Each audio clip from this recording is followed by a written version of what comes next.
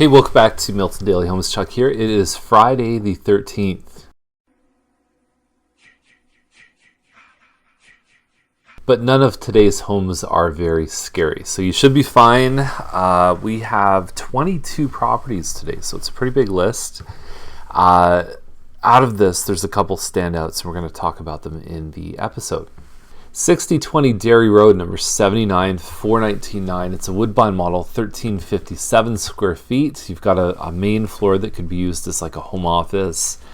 I have seen it used as a bedroom, but it's cooler. In the cooler months, this basement is chilly. So there's normally a space heater there. You've got your living dining room. I think that there should be a shot showing how those rooms connect. Open concept, and then you've got your kitchen, 3 bedrooms upstairs. It also comes in a 2-bedroom, 3-bathroom. There's not really substantial value differences between the two of them. So anyway, this one is holding back on offers in the ungodly hour of Sunday morning at 11 a.m. Not that that's too early, but early Sunday is kind of a strange time to take offers. Again, this list today, we talked about it yesterday.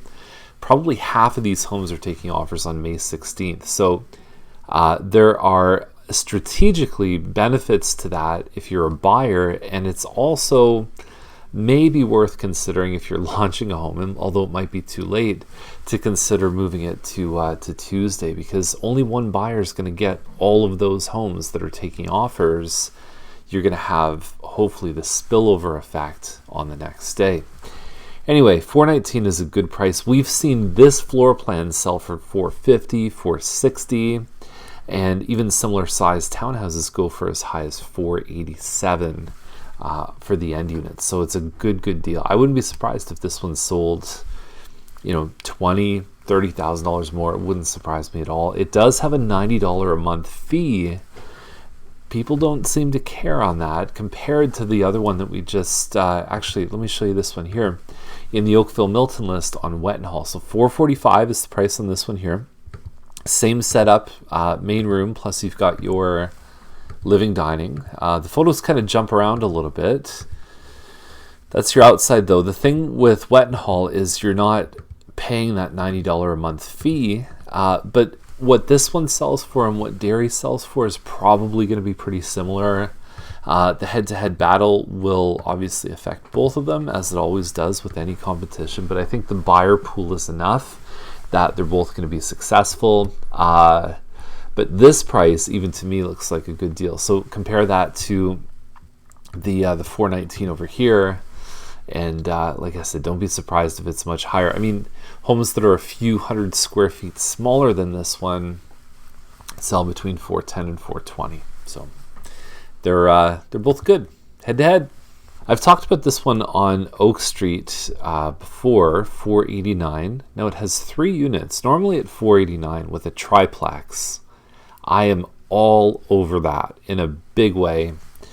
It's been listed and sold a couple of times, so I'm not really sure. I haven't been inside the home, but there's got to be a reason why there's such constant turnover on this home. And even if you look at the income, $33,000 per year gross income, there's also a net income calculation that investors look at. Anyway, $29K is your net income. If you put 29 against this, it actually stacks up pretty well. But if it's such a good investment, why is there such turnover over and over and over again?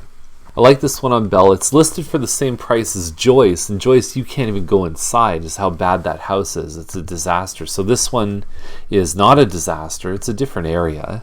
I might even argue that Bell Street might, on average, sell for a little bit more than a house on Joyce if they were identical properties and homes. You're not that far from downtown. You've got the fairgrounds close by. It's a really nice location. The high school, Milton District, isn't that far away. 60 by 120 foot lot, and you've got a nice looking home. So they're holding back on offers, I believe, till the 16th on this one.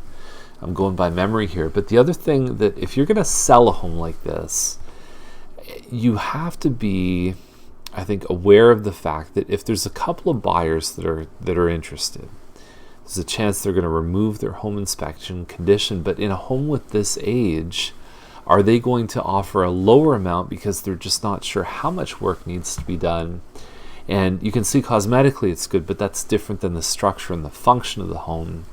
And it is a wise investment as a seller on a home that's more than 10 years old to do what we call a pre-listing inspection. So to have it on the table and to say, you know what, we had the home inspected already, so you can feel comfortable maybe deleting your condition on a home inspection, knowing that the main issues are pointed out in the report. I would obviously check and see who's doing the report to make sure that they have a level of competence regarding home inspections. But I like that homes that are older that have the pre-inspection eliminate an objection that a buyer might have, and oftentimes they end up selling for more. Standard practice in Toronto, we don't see it as much in Milton. It can make a big difference. Got a nice one here on Donnelly, 1,800 square feet, and $625 is the price. There's no finished basement. Colors, finishes, everything looks very, very nice. There was a big sale over on Logren recently, same floor plan, for a lot more than this one. That one had a finished basement. Now this looks like green space, but it's actually backing onto James Snow, so you're going to hear the road noise, and eventually that's Dairy Green Business Park that's going to be behind here. And a lot of the homes on this stretch have a walkout basement. I don't see anything in here that indicates it has a walkout, but I bet you've got some pretty sweet windows here that really you're only missing a sliding door. I mean, it's such a full height basement, you could still put a shed underneath your deck, which is kind of cool. So I think it's a good price. So the thing about Airy Court, it's an end unit townhouse. It's a Robindale model, so it's like 1,600 something square feet at $660. Now the Heathwood homes do command a premium. I understand that. But you have a lot of very solid detached home options for the same price. 9-foot ceilings are nice. The layout's good. The quality of construction is I mean, Heathwood's known for building a pretty good home, even though the windows have had a lot of problems. But the I don't know, I would just go with a detached or even a really nice semi, much larger than this one for the same price. Now, it's been more than 24 hours on Peregrine Way. It's a Quincy corner. It's just a little under 1,900 square feet, and the only shots are the side one and the front one. I like this angle better as a first shot. Most people end up doing this shot as the main shot. Photos, where are they? It's 24 hours. They're holding back on offers, so they do have some time, but like, get those in, you know? Like, I think it's, if it doesn't show up really strong, then you lose some of that momentum. I mean, if you look in here, granite counters in the kitchen, hardwood floors everywhere in the house. You've got California shutters throughout the whole house. Pot lights. Put some pictures in. Philbrook's a bit of a busier street, but it looks really nice. Nice landscaping on the outside. Built by Sundial, so you've got that nice 100-foot deep lot. Typically comparable Mattamy homes are peaking at like 88 feet, so you're getting 12 feet doesn't sound like much, but it ends up being probably 30-35% bigger than most of the other homes. Inside, I've always liked this layout. It's a very open concept design. So you've got a family room, you've got dining room, and then it goes into the kitchen here. Can't remember the floor plan. I've sold this one before. Just nice finishes, well kept, well photographed too. Looks like a nice home, enhanced obviously by marketing. And I have a very high level of respect for these agents and the marketing that they do. They do a great job. And basement's done with a bathroom downstairs. Awesome. So pie-shaped lot. So it's even wider in the back than it is in the front. Extra depth. Nice finishes. $725. This one should go for more. Either way, it's a great move-up option for people. The one note about Sire is it backs onto Thompson Road, so you do have a bit of road noise here. All you have is outside shots, so it's anybody's guess what it looks like inside, very similar to the Quincy corner we just talked about. If it's 24 hours on the market and it doesn't have photos, I don't know. I don't feel good about that.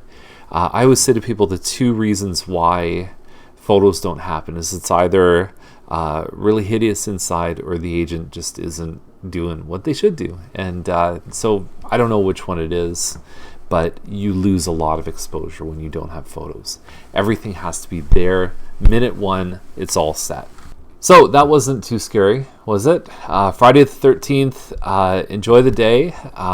Do not walk down a dark alley by yourself tonight, and we'll see you back here on Monday with more Milton Daily Homes.